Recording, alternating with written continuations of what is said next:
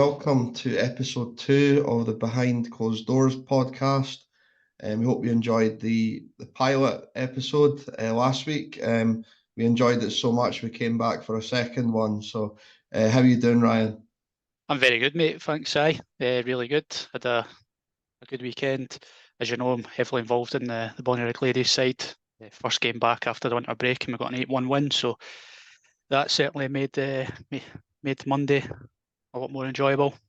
One of our players that you obviously kindly sponsored, Amy, scored an absolute screamer as well. So worth checking out the highlights on the socials for that. But I know, good, mate. What about yourself?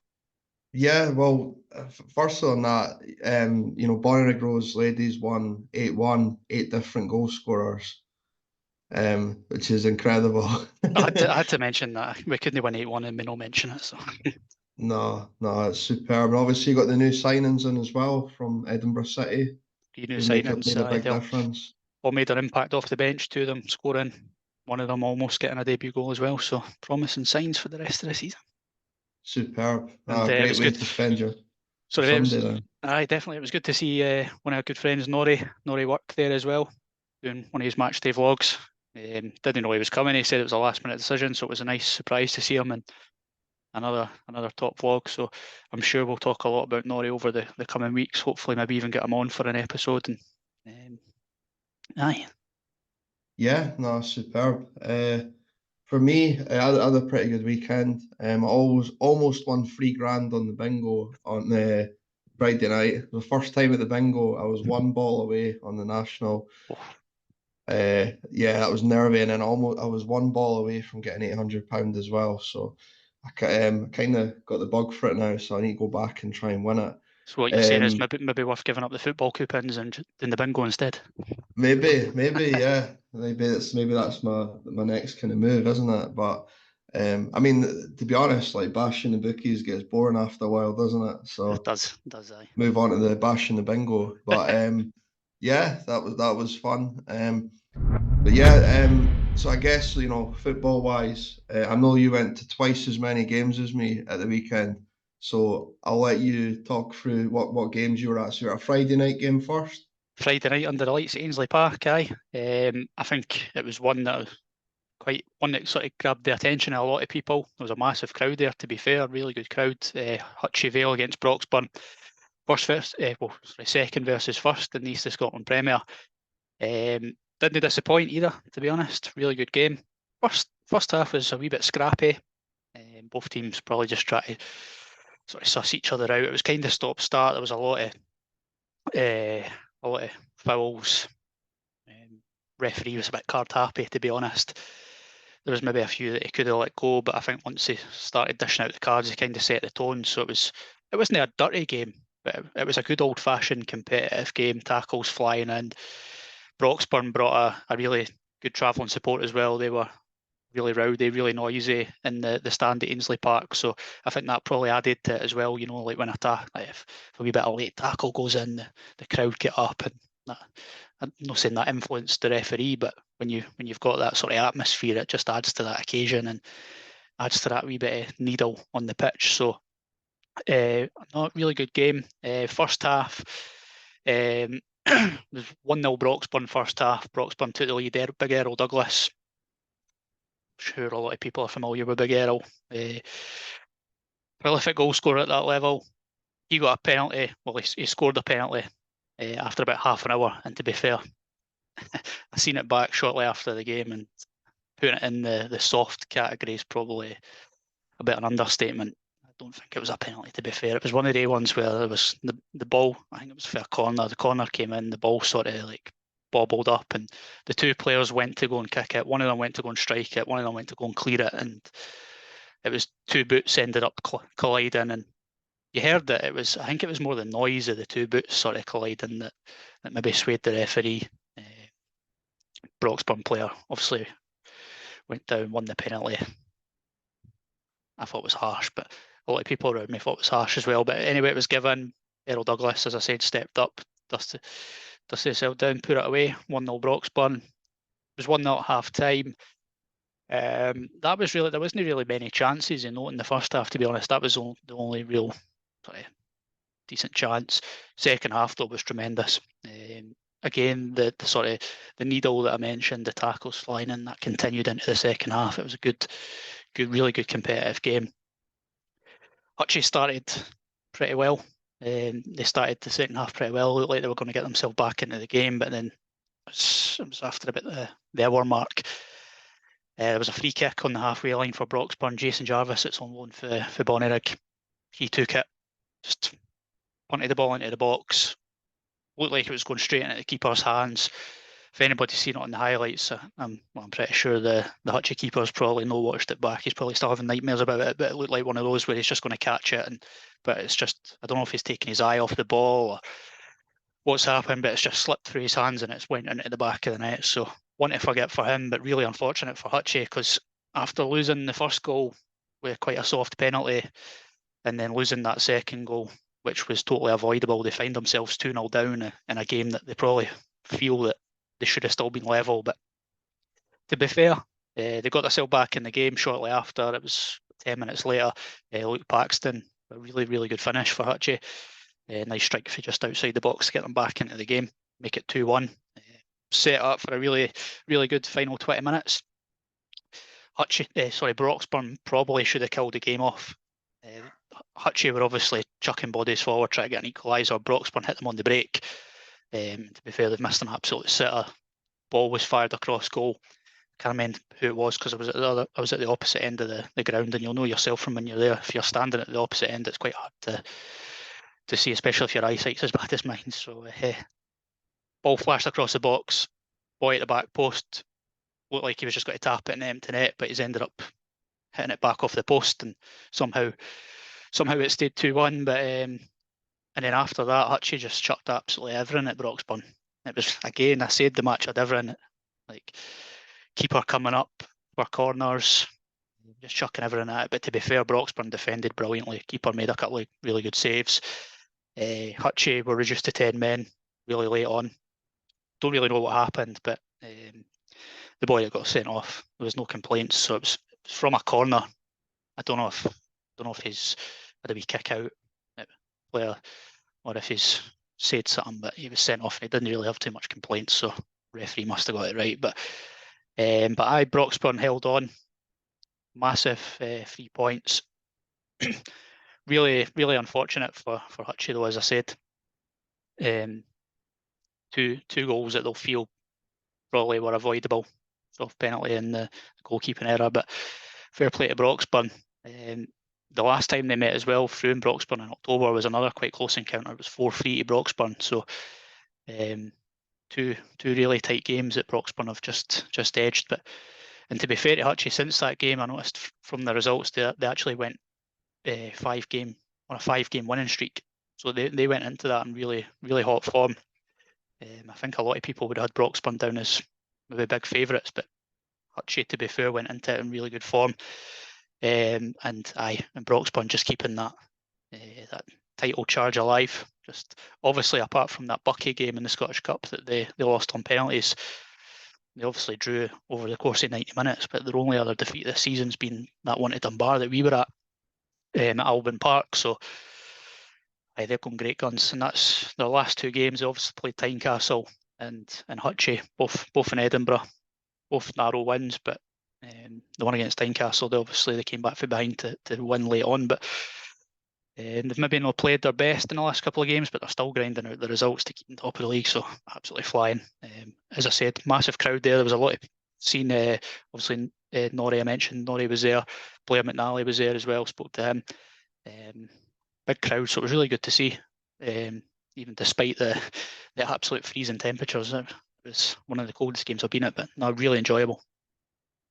Yeah, so another, well, I mean, it is as big as 6-pointers you can get, and now they've got a 10-point lead at the top of the table. Do you think, I think the way that Broxburn have gone so far this season, I can't see anyone overtaking them, because that 10-point gap, I can't see them losing.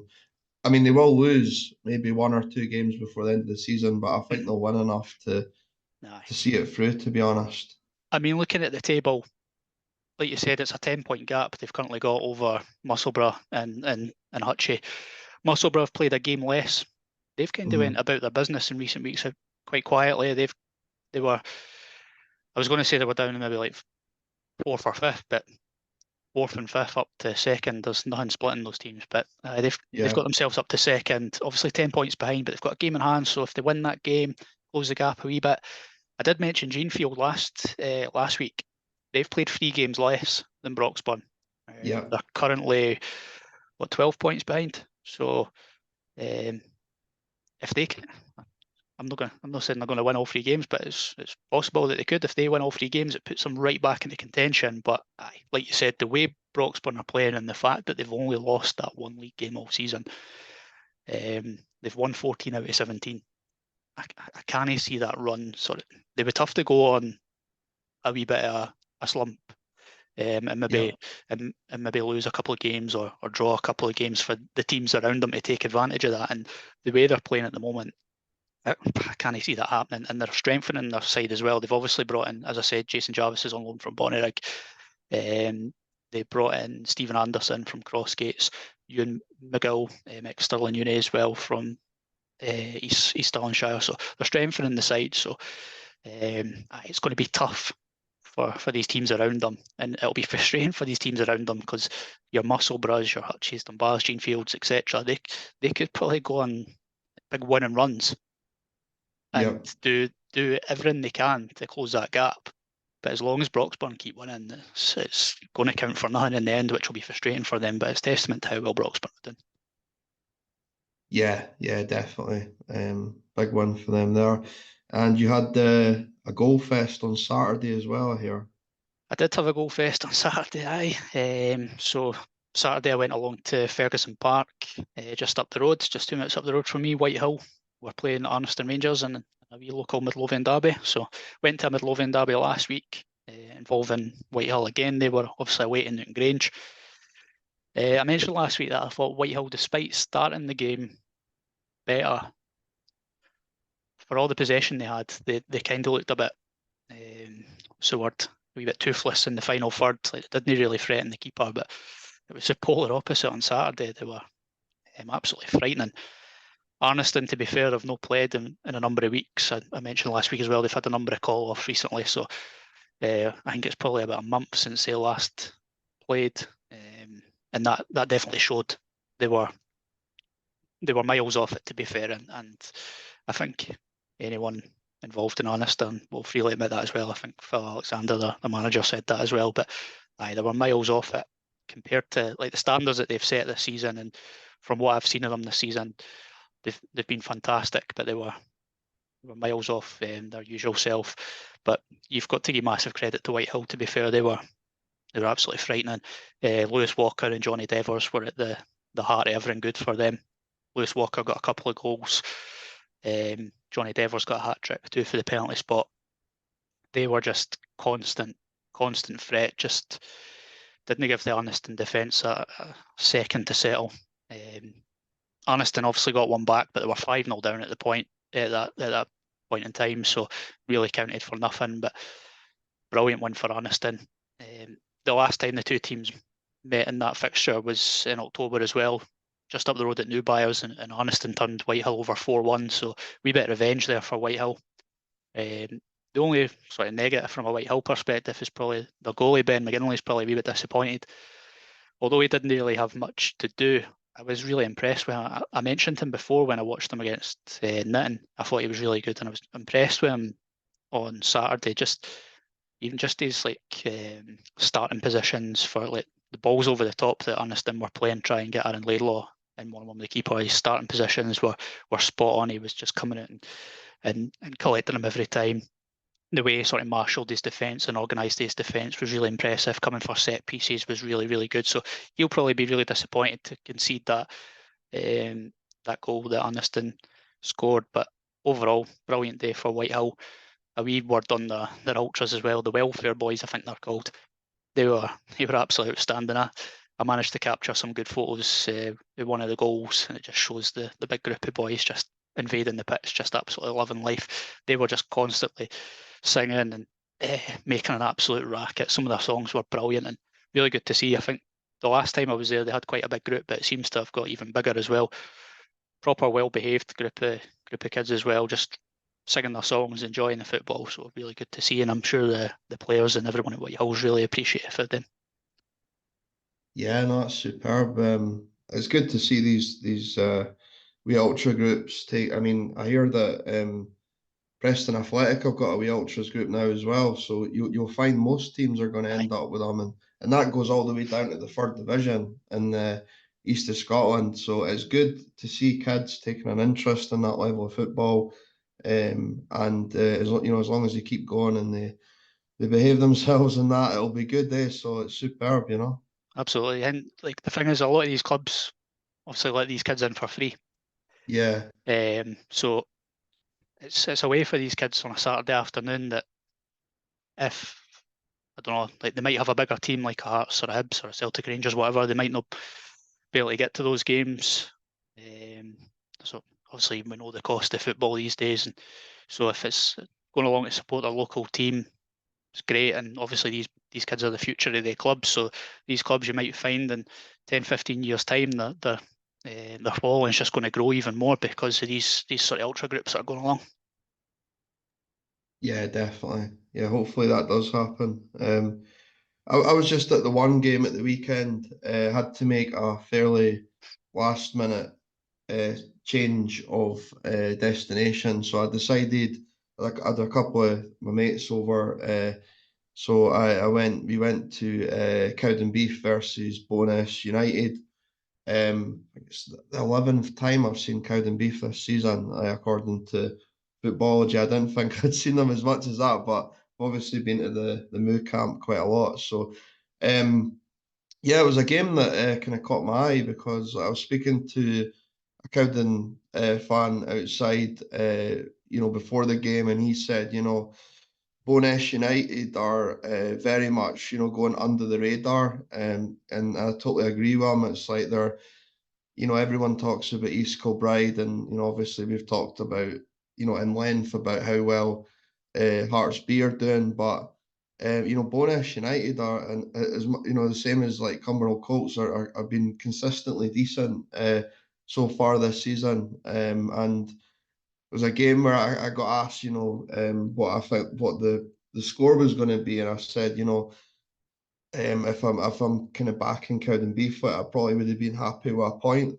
just because I think they're two teams that are going in kind of different directions in the league. So obviously there's a lot of rebuilding being done by Callum Elliott, and he's done a cracking job. He's building something special there.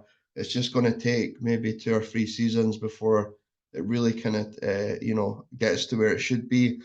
Cowdenbeath have been drawn too many games this season, whereas Bo'ness United, they don't draw many games. They mostly win, and if they don't win, they lose. So that's why they're sitting so high up the table in fourth. So the game it started off pretty cagey, as expected.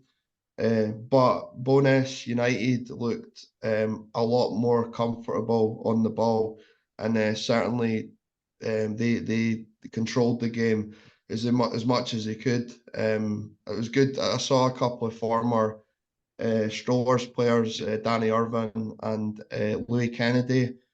Two players I really liked. At the Strollers, obviously both moved across to Bo'ness. Louis Kennedy is phenomenal on Aye, the cracking wing. player. He's brilliant. He's great at taking guys on, and I just thought Bo'ness United just looked, and certainly in the first half, they just looked a level above. But Cowdenbeath really struggled to deal with them. Bo'ness United got a couple of goals. So Keir Foster and Finn Malcolm, they both got them. They were scrappy goals, to be fair. The defence kind of struggled to deal with the onslaught of the Bo'ness United players. They were just like throwing everything at Cowdenbeath, and eventually Cowdenbeath crumbled, and they went a couple of goals down. At half time, I said to my friends it was going to need a complete change of tactics to try and get back in that game, because Bo'ness United were very, very comfortable. And in fairness, in the second half, Cowdenbeath looked a bit more themselves. They certainly looked a bit more fired up, and they had a goal, but they really struggled to try and get into the final third and really trouble Bonesh United. But the game was, as I say, the game was getting pretty good, and then the referee, as some referees do, I don't like bashing referees, but he had an absolute shocker in that second half. He just seemed to be, he just handing out yellow cards for everything. He booked both of the coaches. He sent off a player for each team. So firstly, Aidan McLaughlin, brilliant player. He was at Broomhill, last season, and he was at at Cowdenbeath now. Fantastic player. He's not a player that's got any malice in his game. He's not a guy that sticks the leg in. He's not angry.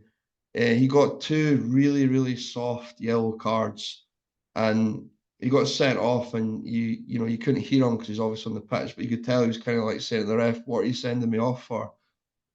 Just ridiculous. And then I don't know if the referee maybe had second thoughts after he sent him off, because he decided to do exactly the same thing with Bonesh United. Just It was just again, it was even it a up. couple of bookends. Yeah, he thought maybe just square it up. So sends off one of the Bonesh guys. I didn't really think it was a booking or that. I think it was another second yellow, but he just kind of kept booking folk, and then it got to the point where players just stopped diving in for tackles, stopped getting, try to be, aggressive and competitive, and the game just kind of dried up. And but Bonesh United, they fair play to them, they kind of took control again, and they just saw the game out. I was really impressed with them. I thought they were solid, right across the pitch. And again, they've done some cracking recruitment there with that squad. And even the boy Michael Travis, he used to be at Edinburgh City, and he was at Berwick Rangers. I think he got man of the match, certainly from their supporters, and he was brilliant. Hey, that's the best I've seen him, to be honest. So yeah, 3 points to Bonesh United. Not a great day for Cowdenbeath, but the fans. What I like about Cowdenbeath is they're not turning on the manager, and they Aye. shouldn't be anyway, because he's trying to do great things there. So sure, it's no great, getting beat 2-0 and pretty much chasing shadows for most of the game. But a bit of context, it's like Bonesh United are one of the top teams in the league. That's where Cowdenbeath need to get to. So they just need to learn from it. So yeah, good game. It was absolutely freezing, as I'm sure it would be where you were. And yeah, I regret not taking my gloves and stuff, but again, worthwhile seeing Cowden again. And yeah, they do. Although even the games that they're kind of losing, or the games that they're drawing, that you see enough to know that there's something there. Do you know what I mean? And yeah, I think next season it'll be a completely different type of team. Like the squad they've got is good, but they're gonna, once they can kind of get rid of the mistakes and stuff, I think they're going to be a top side. So I think you're yeah, I think you're spot on in what you're saying. Like the fans, it's good that they're not like. I mean, they're not doing brilliantly, but it's not as if they're having a nightmare. Like you look at the likes of Stirlingshire and Albion Rovers there, down at the end of the table where they obviously don't want to be, but Cowdenbeath are sitting in the top 10 at the moment. So yeah, whilst they obviously have aspirations to be higher, they're certainly nowhere near the bottom end of the table. Obviously, like you said, they've drawn too many games. That's probably been an issue for them. I noticed they did sign the boy Darrell Healy that used to be at Tranent. He obviously was at Dundonald, then went to Tranent, and then back to Dundonald. He's always been quite a prolific goal scorer. I think he could be maybe a difference maker for them, but I don't think he started at the weekend. I think he was maybe on the bench, so I don't know if he's fit. But aye, as you said, I think Callum Elliott's definitely building something Cowdenbeath, and I think they'll be a different animal next season. Like you said as well, Bo'ness have kind of flown under the radar. We spoke a lot about Hearts, well, East Kilbride, Hearts, Cumbernauld. You look at the table there, Bo'ness are only a point behind Heartsby. And we've said how Heartsby are absolutely flying. Bo'ness are a point behind them. So they're only, they're 10 points, 11 points behind East Kilbride. Now, we know East Kilbride are having an absolute fantastic season, but they're not a million miles away off the sort of top of the Lowland League. So, aye, Bo'ness have done really well. I totally agree about Travers as well. Really good signing from Berwick. Mentioned before, the boy Ryan Porteous, Newton Grange, really good Yep. signing. How did he play? Was he? Yeah, he's solid. I think he kind of strolls it at this level, to be honest. Aye. He's very, very good player. Just another call it young player, Cowdenbeath. You'll know of him, Zach Butterworth, right? You know he was at the Aye. Cali Braves. Yep. He's unbelievable. Like He's, every time I see him, he's one of the best players in that league. His ability is just unreal. So he's you know tremendous. I think he originally came from Rangers, didn't he? that's right, And then Rangers youth. Yeah, obviously went to Cali Braves. He's an excellent player. And again, like quite surprised that obviously like, Cowdenbeath solid team, but they've probably found scoring goals a wee bit problematic, and that's why they've maybe drawn so many games. But they do have some decent firepower in that side, like Zach Butterworth, as you mentioned, Jamie Docherty. So I think they're maybe just I think they've got the attacking players with the creativity there. They're maybe just needing that sort of focal point up top, somebody that's going to these players around them are going to create chances for a sort of not necessarily a target man, but a natural goal scorer, out and out goal scorer up front. And the boy Healy might be that, but I think Callum Elliott will definitely do some more business in the summer for sure, and we'll see a much improved Cowden side next year. yeah, totally. He plays Jamie Docherty off the bench, and he's Yeah, just unreal. Do you know what I mean? But quite I think that's a tactical thing. I think he's an impact player. You aye, know, he changes the game when he comes on. He's a aye, great player. You know, yeah, totally. top player. So yeah, those were the games we were at last weekend. Now for this week, we've got the Scottish Cup back. So I guess the best competition in Scottish football. We still have two, well, in fact, we've got three non-league teams that are still in it. I almost forgot about one of them there. So we've got Bucky Thistle, Brora are still there as well, and we also have Broomhill. So let's start with Bucky Thistle, right? They've probably got the hardest tie out of the lot. They've got the best team Aye. in Scotland. So how I mean, it's a free hit, but how would you approach that game?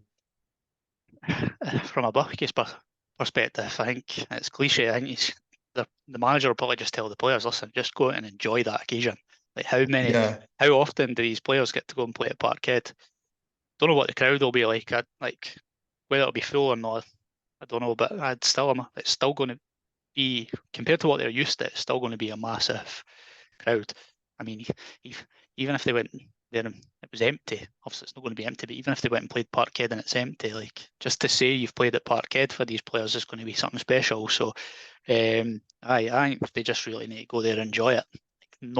Absolutely nobody's expecting them to go and do anything.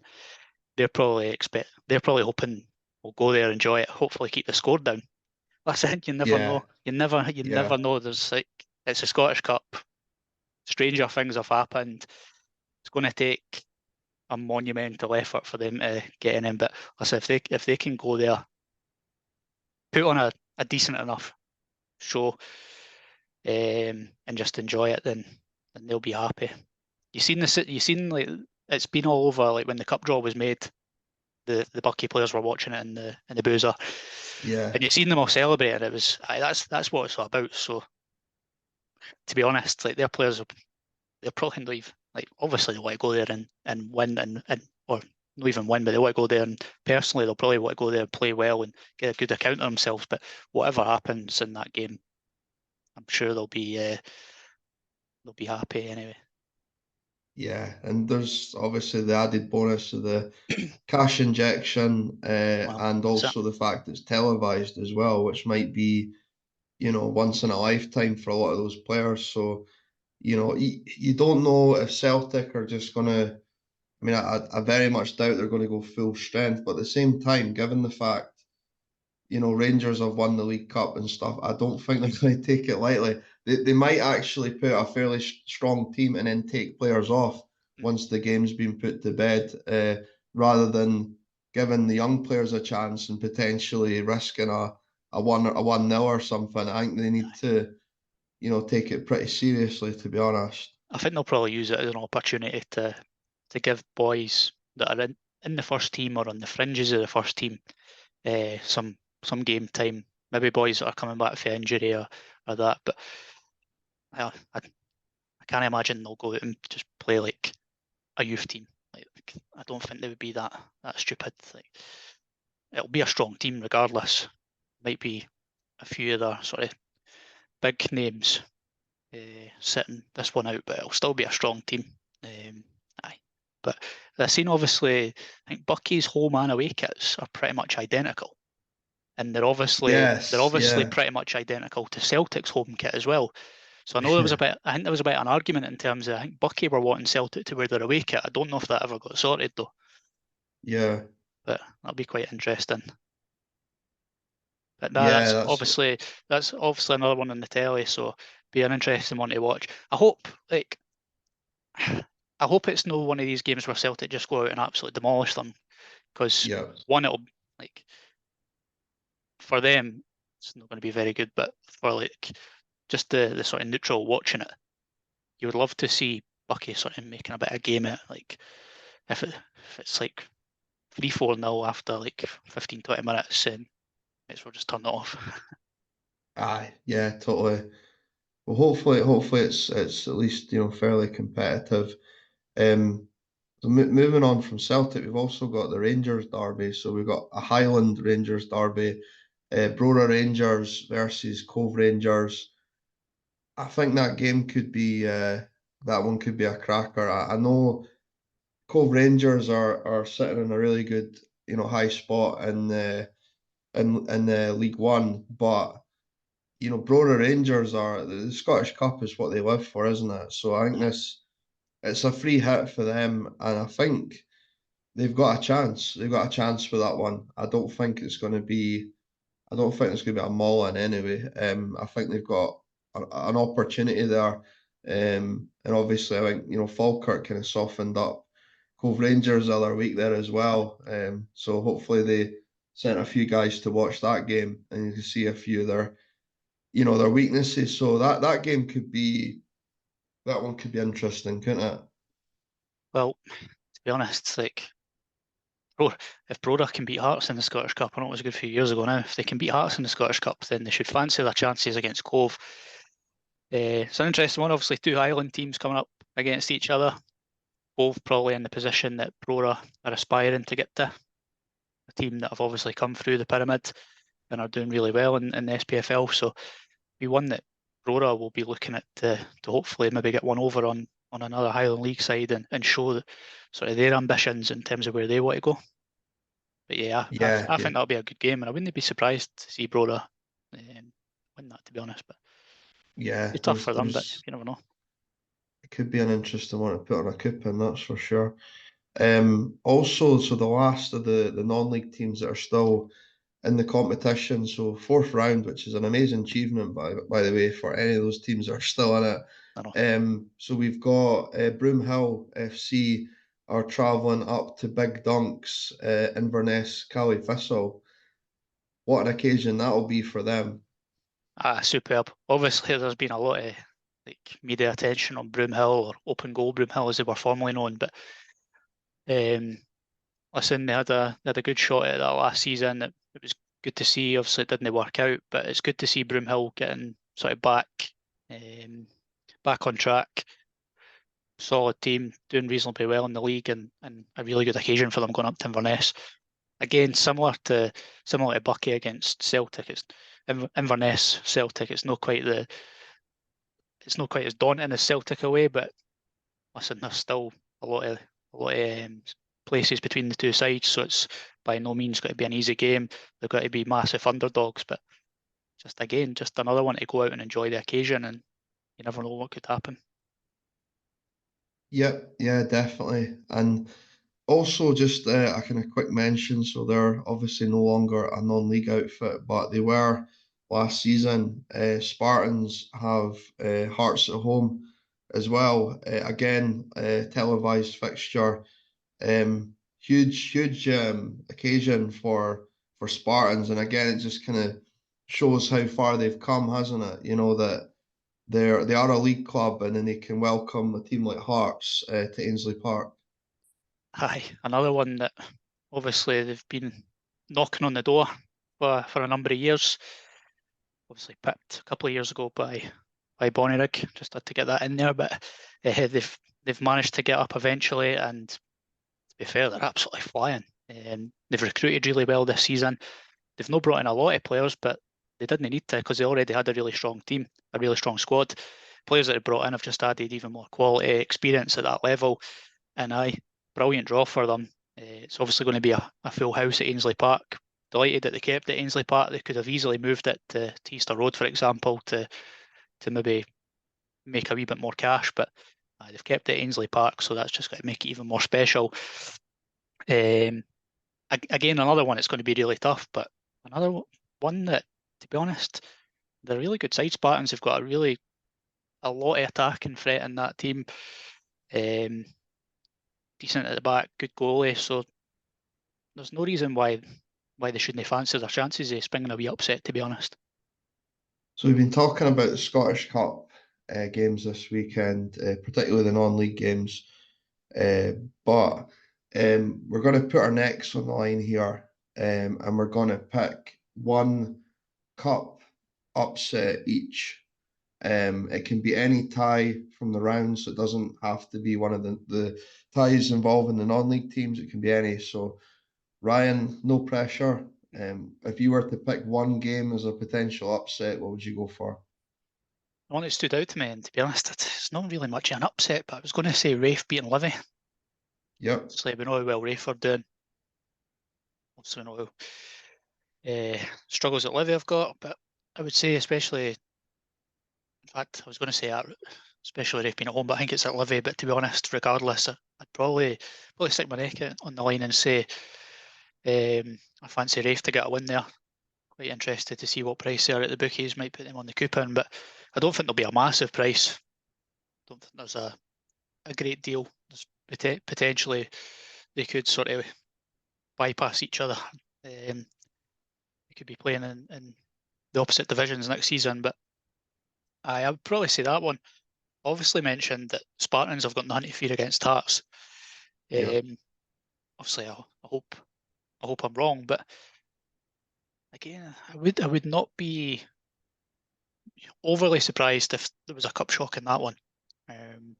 Just with the sort of occasion and the fact that it's at Spartans, there's going to be a big crowd there. I think there's only maybe, how many tickets did Hearts get? Was it like 800, if that?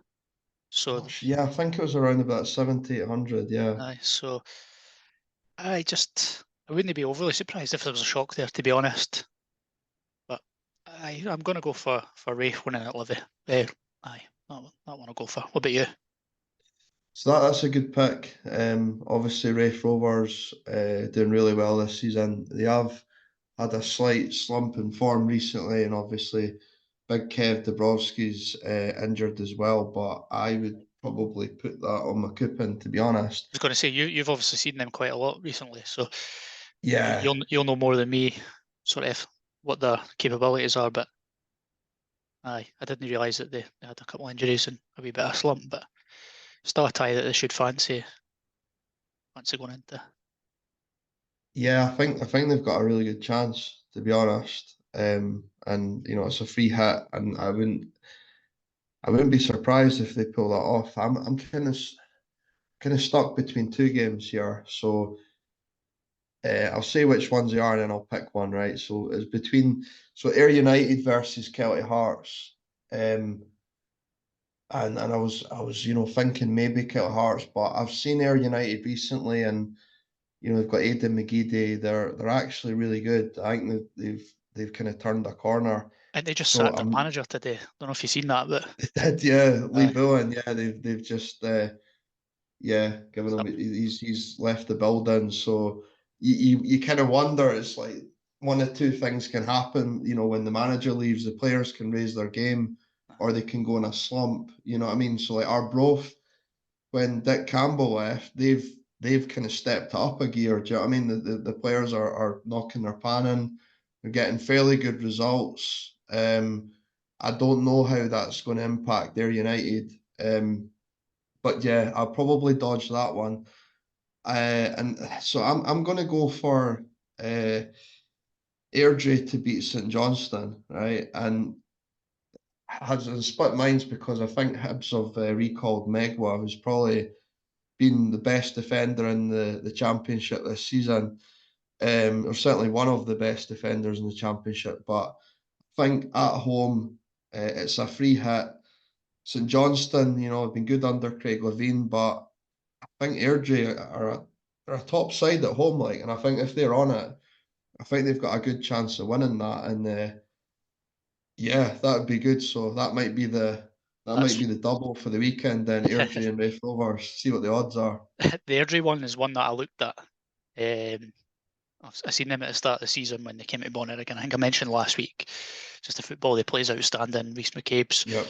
got them flying, so more than capable of winning there. It was just that it was the Craig Levein factor that kind of put me off.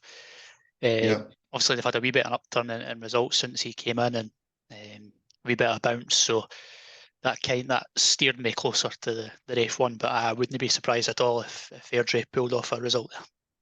Yeah. So we'll see how that works, and we'll see if one or both of us are right on the following episode. So yeah, those that's everything for the Scottish Cup that we're going to cover.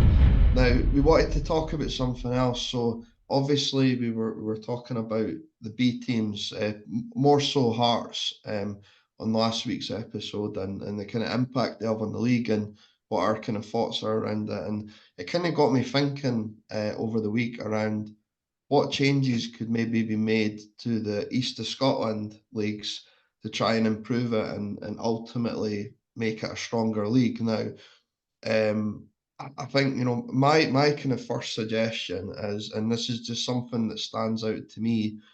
I just think the third division needs more teams in it, right? So you've got an East of Scotland Premier down to the second division. You've got 16 teams in each league, right? So you've got it is basically a free up, free down kind of scenario. But in the third division, you don't have like relegation out of that league for a start, right? So the teams that were in the East of Scotland third division are pretty safe, but obviously no one wants to finish bottom. Do you know what I mean? There's and that's the kind of case. But you've still got three teams that go up, and that's three teams out of 11. So I honestly think they need to find a way to try and.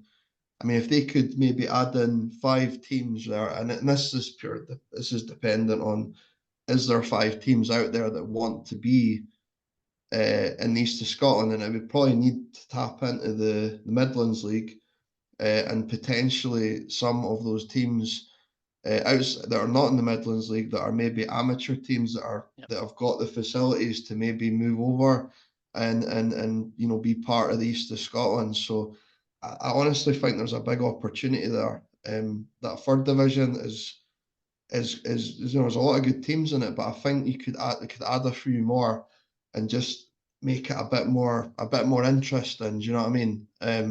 If you get a few ambitious clubs that want to come in, they could really add something to that league. Do you know what I mean? 100%. And to be honest, that's a really good point. It's no one that I've really.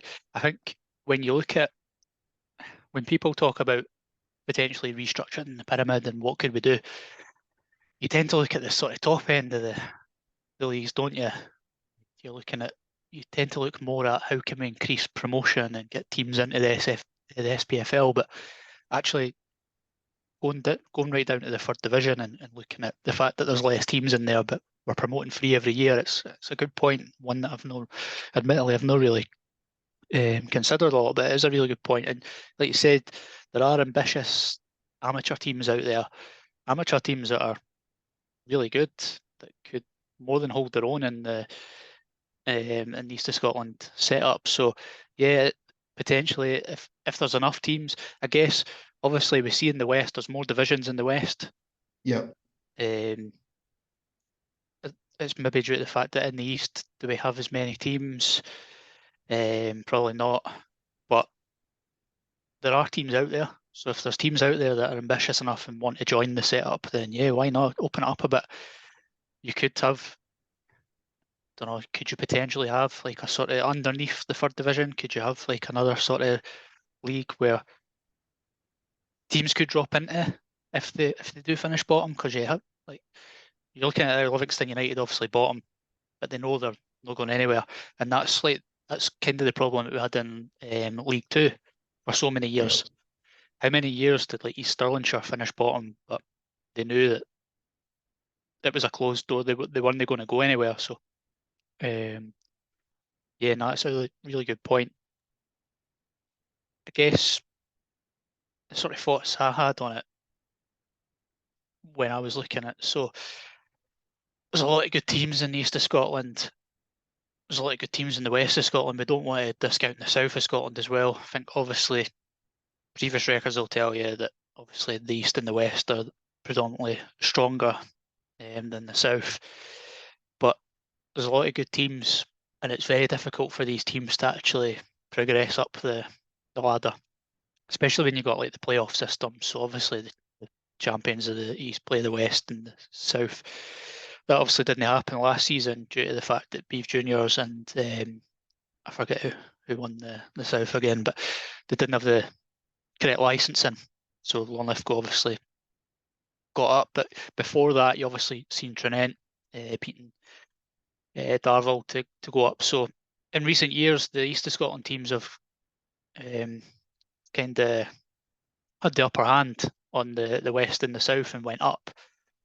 It's not going to be the case every year though. Broxburn, if they win the league, I think I'll have a great chance overcoming whoever wins the West. But it's not like, for example, Broxburn could go win that East of Scotland league, and it doesn't guarantee them promotion. I think that's personally, I think that's wrong. So Yeah. one thing that I would like to see opening it up is if you win your division, you go up.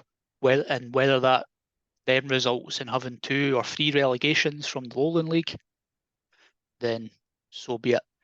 In terms of the sort of Lowland League, again, the one up, I would like to see that increased if possible. Yeah. So the winner, again, how you kind of work it is it's difficult because obviously you've got the Highland League to take into account as well. Do you potentially automatically promote the winners of the Lowland and the Highland, and then whoever finishes second in those respective divisions then has a playoff, and then the winner of that playoff plays second bottom of the league too? I don't know. There's a lot of different things that you could do, but I think in terms of like promotion from the divisions, I think there's so many good ambitious teams in the east of Scotland and the west of Scotland and Highland as well. So there could be more opportunities for these teams to kind of make their way up the divisions. I think gradually you're going to see, like you're already seeing it like League Two this season, for example. Who would have thought if you went back 5-10 years ago? Who would have thought Bonnyrigg and Spartans would have been in League Two? You can even go back to like Edinburgh City, Cove, Kelty. Like we're already seeing the outlooks of these leagues changing. Look at the Lowland League. You've got Albion Rovers, Cowdenbeath, East Stirlingshire, Berwick. Again, if you went back 10 years, like you would never imagined all those teams No. being down there. So gradually it is happening, but is there a way we can kind of speed it up and let these teams progress a bit quicker? I would like to see that. Yeah, that's sort of my thoughts on it. I think though I did mention last week, I think in general the structure of the East of Scotland works quite well in terms of like there's multiple promotions and multiple relegations Yeah. across the divisions. Obviously with the exception of the third, there's no relegation in that, but there is multiple promotion spots. Whether 3 out of 11 teams is too many, potentially. Could you make it 2? I don't know. But the other divisions, you've got 3 up, 3 down. So again, that increases the sort of competition and makes sure the leagues don't go a bit stale. Because I mentioned last week, potentially if you had one single team, like, don't want to single them out, but Vale leaving, for example, obviously if they're massively cut adrift, then Oakley, who are 9 points ahead of them, are thinking, it's fine, we're safe, they're gone. But that's not the case. Oakley, despite being 9 points ahead, are still finding themselves in a battle to stay up. So, and likewise with the promotion as well. So I think general across East of Scotland, the structure is pretty good. But yeah, I take your point in terms of the third division, and also what I mentioned in terms of like the winners of the Premier. I think there could be a wee bit of work done there to increase it at both sides. Yeah, definitely. I agree. So slight changes, but I think we both agree that there's a decent setup. So at least in Scotland, a decent setup in the Lowland League as well. They just need to Lowland League. They just need to open up a bit more, but it's not really up to them. Do you know what I mean? It's the SPFL are trying to protect their member clubs. They don't want more than one going down, and they're trying their best to make sure one doesn't go down. Do you know what I mean? Because you know what happens if it does. So I think obviously I know we're focusing on non-league teams, but just really briefly on the SPFL, like I think something needs to be done with that, because I've found obviously Fall and Bonnyrigg, they're in their second season in the SPFL now, and honestly, like I very quickly got sick to the back teeth of like playing the same teams yeah, over and over again. yeah, Like it's just you're playing the same teams like 4 times a season if you draw them in the cup. Like we got Dumbarton in the cup, so it was like 5 or 6 times a season you're playing the same team, and it's no good. It just makes it become so boring. And like whereas if you're in the Lowland League or the East of Scotland, you're playing teams like home and away, and then that's it. You're playing so many different teams, and it just makes it so much more exciting. It's I don't think it's a coincidence that you get a much better product on the park as well in these divisions lower down, because there's like you're playing different teams week out. You're not playing the same teams every other week. And aye, yeah. It's from a fan perspective, you want to go to different places instead of the same grounds all the time. aye, From a player's perspective, you want to play on different surfaces. You may play in different, stadiums, grounds, whatever. You get bored of just, going to the Rock every, 3 or 4 times a season or more. It's like, yeah, and it, it doesn't really give a lot to the league in terms of, um, I guess the kind of value of the league and stuff as well, because they're not really there's not going to be a push to televise games when the teams play each other that often. Do you know what I mean? It's like, you know, it's probably, to be fair, it's probably one reason why a lot of players from the SPFL are quite happy to move down. yeah, A lot of yeah, players, especially if they're playing like League Two, for example, a lot of players are probably thinking, I need to go up to Elgin twice a season, I need to go down to Stranraer twice a season. Like, if I go and move to, like, I'll take Dean Brett at Bonnyrigg, for example. I wouldn't be surprised if that was in his thinking when he moved back to Trinent. yeah, I say moved back to Trinent, moved to Trinent, it's his hometown, but um, like the amount of travelling you have to do at all these different grounds twice a season, whereas when you're in the East of Scotland, for example, you're not doing a massive amount of travelling. It's mostly teams that are sort of more round about the same areas. So, aye, there's, there's a lot that could be done in terms of restructuring and stuff. But I fear we're quite a way off seeing changes, or certainly changes that the majority of people would be happy with. We also obviously had the chat about like introducing the Conference League and stuff, and that kind of fell by the wayside. I think obviously because the B teams got voted back in, that yeah, was kind of put on the back burner. But yeah, it's a difficult one. You're never going to please everybody, but I think there's scope for positive changes, definitely. But I think definitely. I do think we are quite fortunate being in the East. I think the setup of the East of Scotland divisions are relatively relatively strong and relatively good, with the exception of maybe the odd minor change that could be made to enhance it even more. Yeah, yeah, definitely.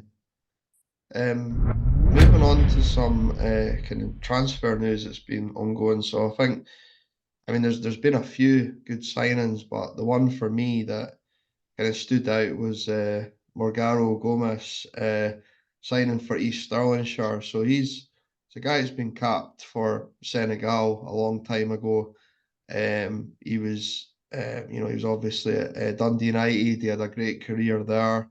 He was at Hearts, and he's been around the block. And he's 38 years old, but he's a massive coup for East Stirlingshire. And I always find when you get these kind of big names that you remember from like the top flight in Scotland, they add something special to the league. Do you know what I mean? When you had the big Gregory Taddy when he was at Cumbernauld Colts, which was great to see because I remember obviously seeing him.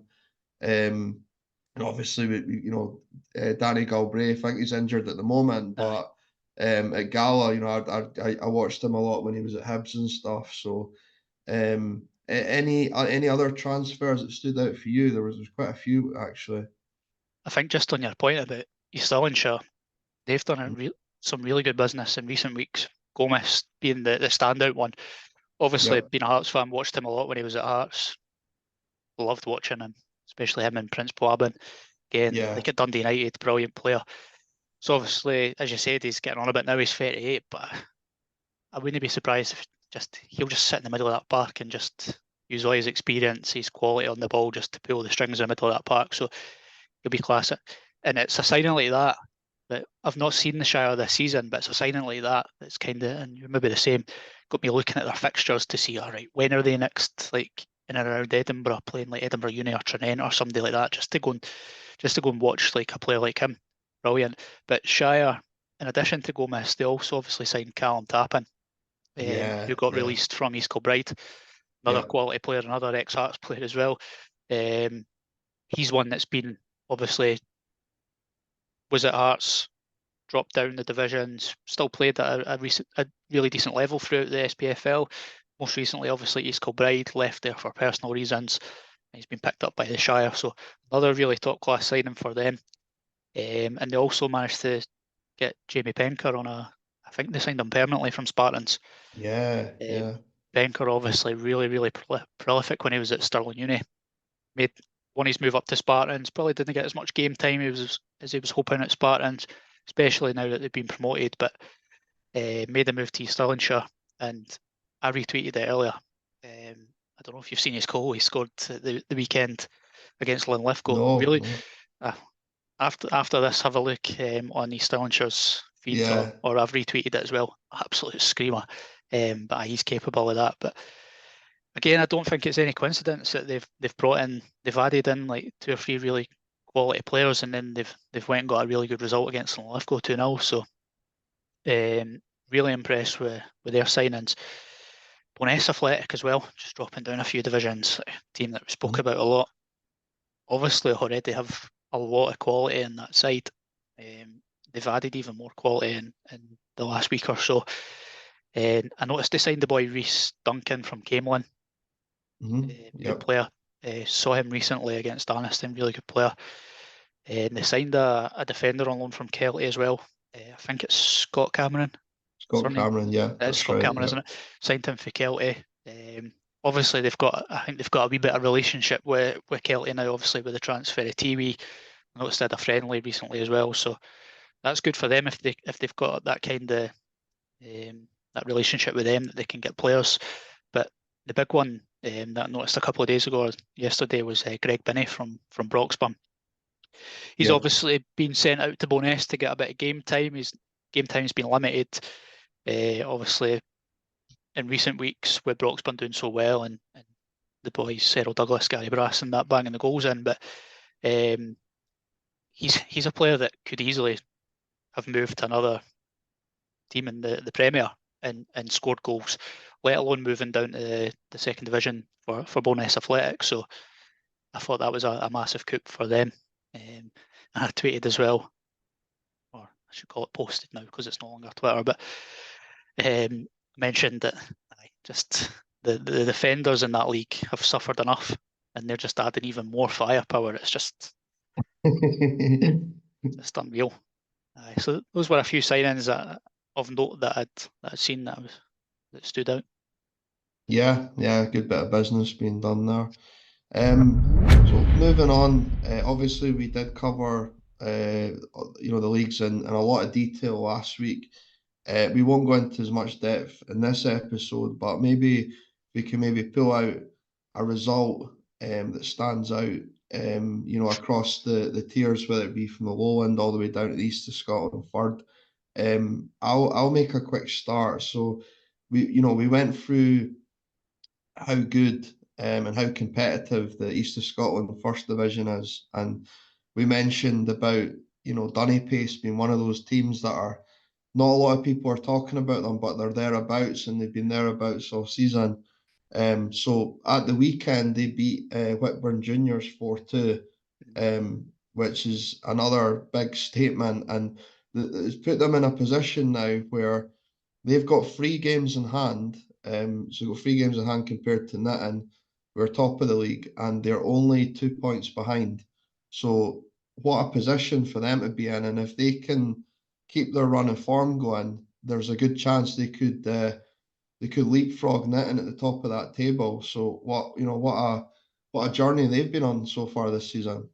100%. As you said, they're one that kind of flew under the radar a wee bit. I think, like a lot of people, more recently, especially us, we've been sort of talking amongst ourselves about the likes of Whitburn, Camelon, St Andrews have been doing really well. Pace have kind of just crept their way up the table, minding their own business. And the fact that, as you said, they've got 3 games in hand on that, and Yeah. potentially putting them in a really good position to go and leapfrog them, potentially going top of the league if they could win that division and then the back playing Premier League football next season. Brilliant for them. I spoke to a couple of guys from that over the weekend.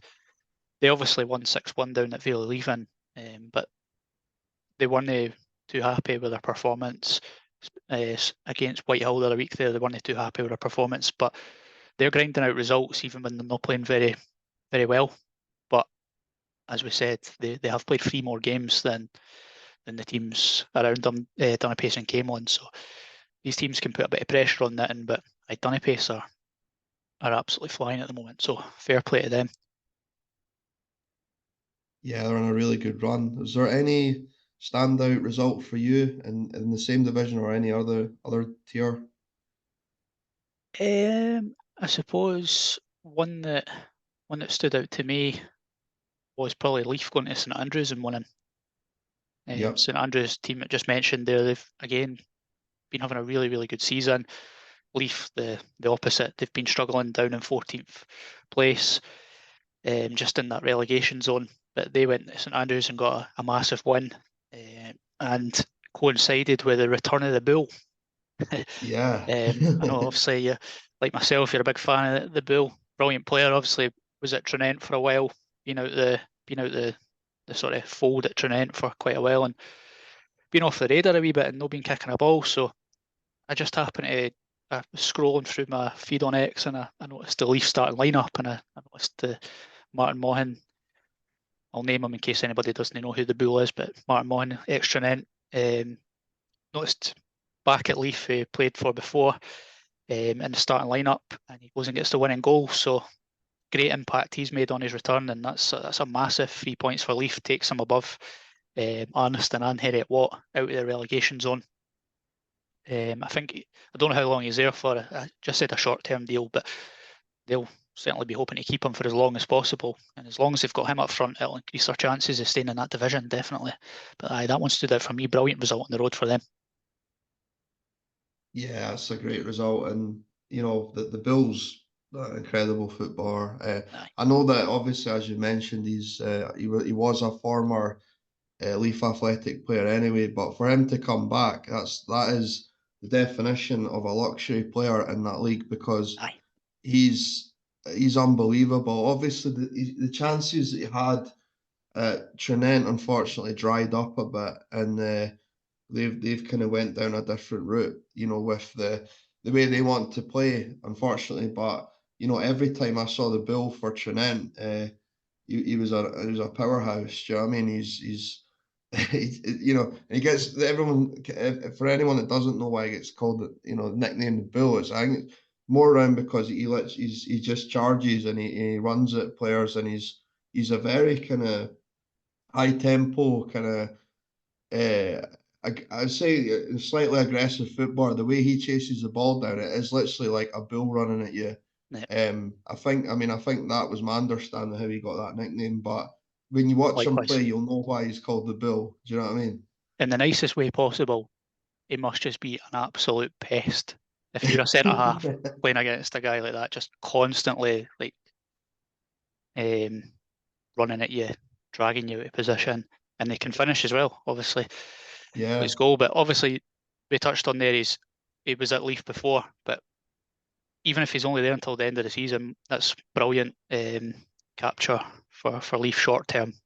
At least he'll score goals there, definitely. yeah. Just enjoy it, as they say. While he's there, and Yep. if they manage to keep him, then as I say, they'll reap the benefits as well, because he's some option to have up front. Do you know what I mean? But so those are just a couple of games who pulled it from the league. So a kind of brief look ahead. So what games have you got lined up this week, Ryan? So there's three local options that I was kind of looking at. So the cup this week. So Arniston at home to Preston Athletic, Newton Granger at home to Coldstream, and Whitehill at home to East Houses Lily. So it's kind of I think I'm still undecided. I was opting, edging towards sort of Arniston Preston. The reason being the last time I watched those two teams play, it was at Preston, but it was a brilliant game. And it was a last minute decision to go there. I'm glad I did. So if it's anything like that last game, then that'll be a cracker. But I think the weather this week's obviously to be freezing, snowing. So I'm not going to make any concrete plans at the moment, to be honest. Yeah. We don't know what the pitches are going to be like, but certainly I'm hoping to get to one of those three. What about yourself? So yeah, obviously the big one Saturday. I'll be lucky enough to get a ticket for Spartans versus Hearts, which I'm really looking forward to. I think it'll be a big occasion for Spartans, and just enjoy it. Do you know what I mean? Just have a go. But I've seen Spartans play the first team Hearts. They played in the preseason, and Hearts I think won 1-0, and it was Hearts were supposed to send like their second string team, and they put Halliday was there, the Boyce, and they put a pretty strong team in the.